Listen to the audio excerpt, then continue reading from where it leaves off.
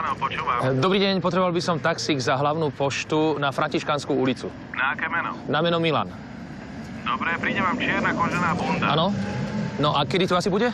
No asi za 10 minút. Dobre, takže do 10 minút čierna kožená bunda. Vďaka. Nezač. Dobrý, na meno Milan. Áno. Batožinu máte? Viete čo, ja mám len toto. Hoďte si to dozadu, do kufra. Netrieskajte s tým, to není MBčka. Aha, prepáčte. Kde to bude? Hore na kolibu. Zapnite sa.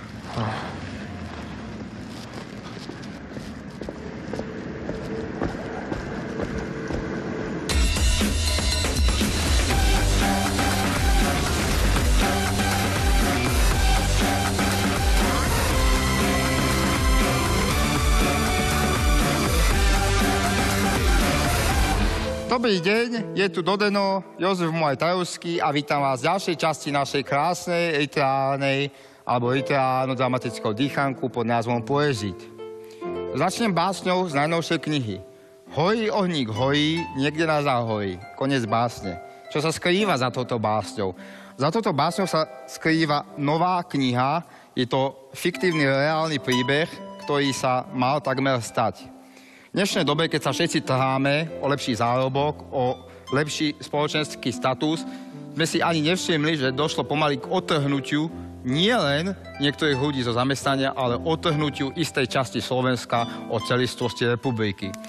Mnohí z nás si pamätajú na slávnu kauzu, keď sa mala vytvoriť autonómna republika Záhorie a túto krásnu storku nám spísal aj náš najnovší autor, z ktorého diela momentálne prečítam aj úryvok.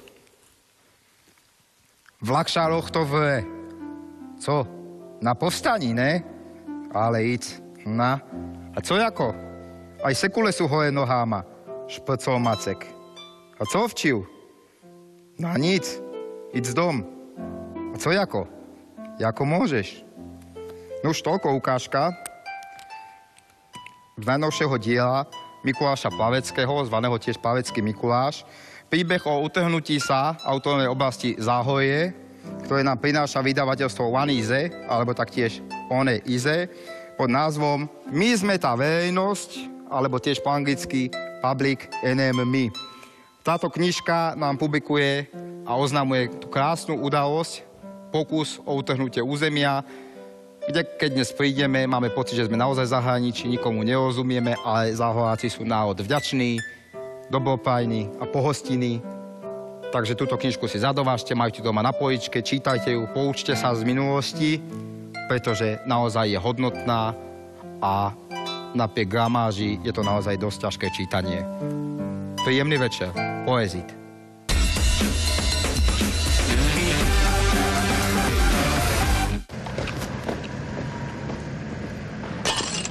To čo bolo? Vyhodil som blinker. No a čo vy na kolibe? Ale mám tam robotu. Aha. Čo je? Jak to šmíka? Oni to neodhrábu poriadne, neposolia, tieto vedľajšie ťahy. Už som prezúziv, ne? Kolega ešte na letných, to je morda, fakt.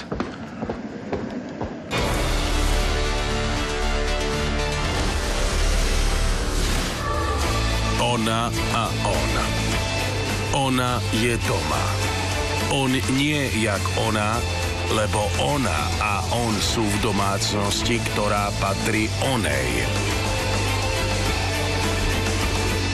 Jemu nie, čiže onému nie, ale ona jeho, teda oného, ona podozrieva, že má onu.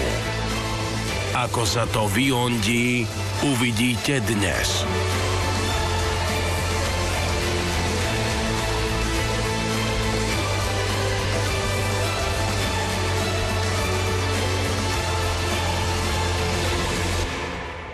Sadnite si. Vážený prítomný, vážená porota, vážená obhajoba,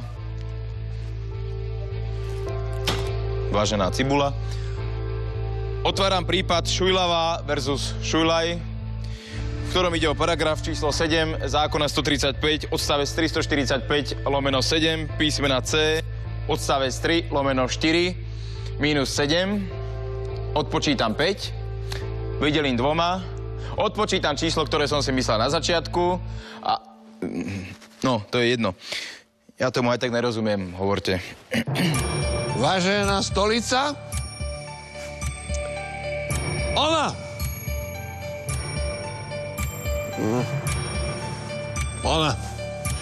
Ona svojho muža, jej muža obvinuje, že ju podvádza. Krava. No tak, ja si vyprosujem, aby ste mojho mandanta hovorili o ňom, že je krava.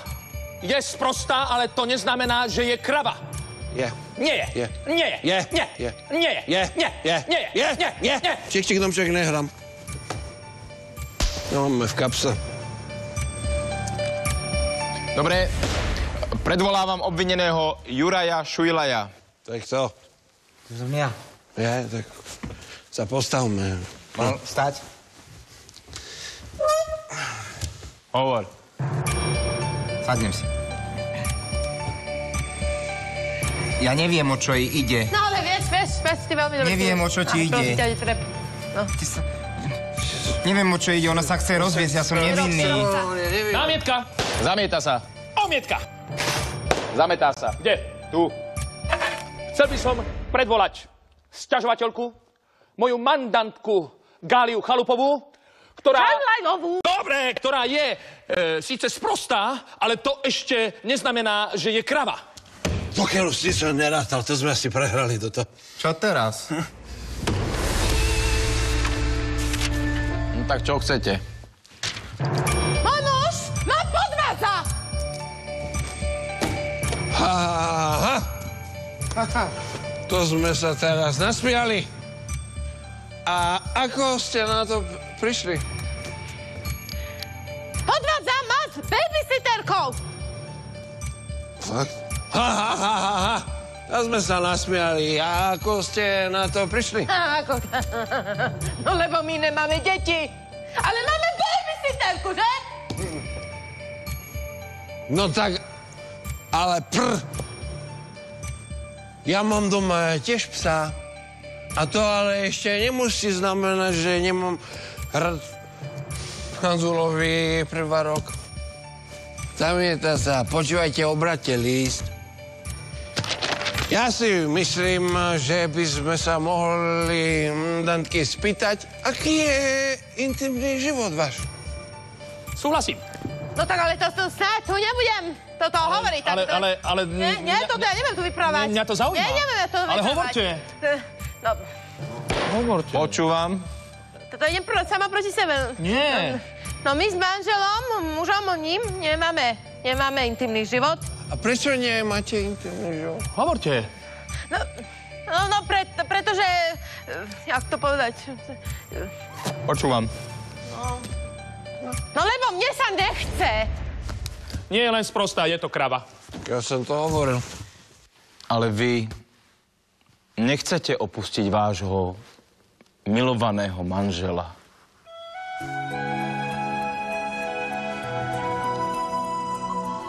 No ne. Však ja ho ľúbim.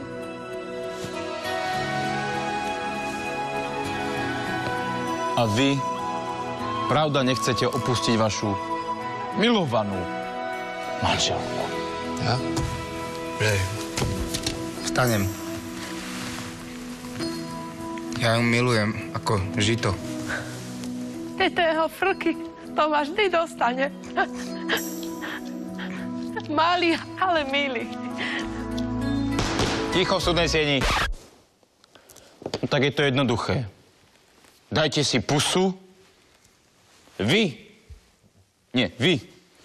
Prestaňte spávať s babysitterkou. Vy. Začnite s vaším manželom. Viete čo? Všetko bude v poriadku.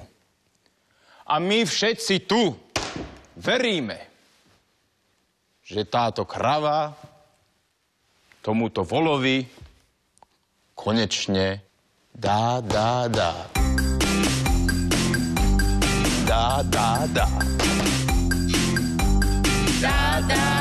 V obchode aj v obývačke mu, na letisku aj na pláži mu, Že vraj je ubolená. Že vraj je unavená. Stále sa odvoláva. Že vraj ju bolí hlava. veríme, že mu konečne, všetci veríme, že mu, my veríme, že mu už, no, snáď mu dá. Ďalší. Už som tu. Čo vás trápi? Pán doktor, ja na niektorých miestach brutálne priberám. Tak na tie miesta nechoďte. Á, vidíte? Ďakujem, dovi. Ďalší.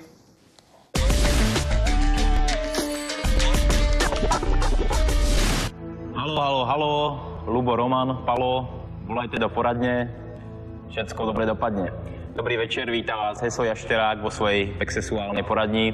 Vítam vás v mojom prvom výšlape v roku 2013. Už som vás vítal pri novoročnom projave, takže dúfam, že všetko sa klapoce tak, jak má. Volajte do štúdia, som tu pre vás, ja a moje Pexeso pravdy.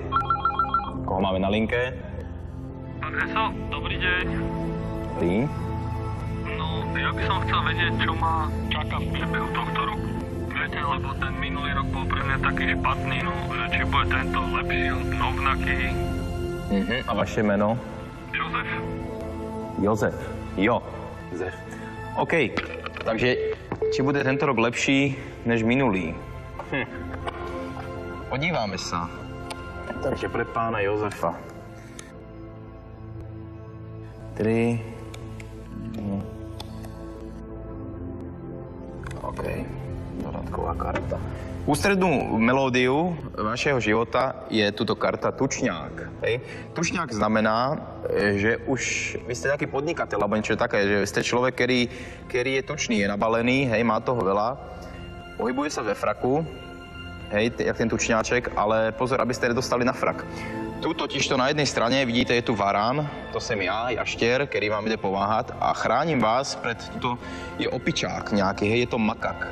Makak to môže byť váš šéf v robote, pretože samotný názov makak není od slova makat, ale maťkak, hej, čiže makak. Je to niekto, kto robí opičky, kto sa kadetade štverá po svojich nadriadených a na ostatných tak vysoká s prepačením kadí. Nad vami sa nachádza tuleň, hej. Tuleň znamená, že vy voláte po láske, preto bol ten minulý rok taký nejaký špatný, hej. Bol taký nejaký neúspešný. Tuleň, vy sa chcete túliť, či už k manželke, k deckám, či už sa k vám túli kamarád, alebo túli Vojtek, je to jedno. Túlte sa, potrebujete taký dobrý dojem. Pozor na zdraví, je tu ledový medveď, hej. Máte strašne vyčerpané ledviny, pretože ledový medveď to je led, med, hej, ale kde je príčina, tam je lék. Led, med, ledový medveď, hej, znamená, že síce ledviny, ale hned med. Ličte to medom. Pretože už samotné let it be znamená, nechaj tu včelu, nech nosí med a bude ti krajší svet. Na druhej strane potrebujete aj kultúrny oddych. Je tu korytnačka, želva, korytnáčka, samozrejme od slova koryto, po česky necky, tak choďte na koncert neckáře alebo koho, oddychnete si. Zároveň tu s vaším postavením, že ste tučňák ve fraku, sa tu objavuje aj možnosť riskovania, to je koň. Prosím vás, pane Dodo, ako vás tak familiárne volám, nerobte koniny, dostihy a sázky, hej, podnikateľský trenažér, kamionem po Európe, všelijaké veci to končí konskýma dávkama lékov, hej, a nakonec vám ostane tak koňov ocas. Takže držte sa na úzde, ináč si nevyhadzujte z kopítka. Buďte ustajení. Vás si chce niekto sedlať. Veľmi si vás chce niekto sedlať, aby ste boli jeho bílý koň.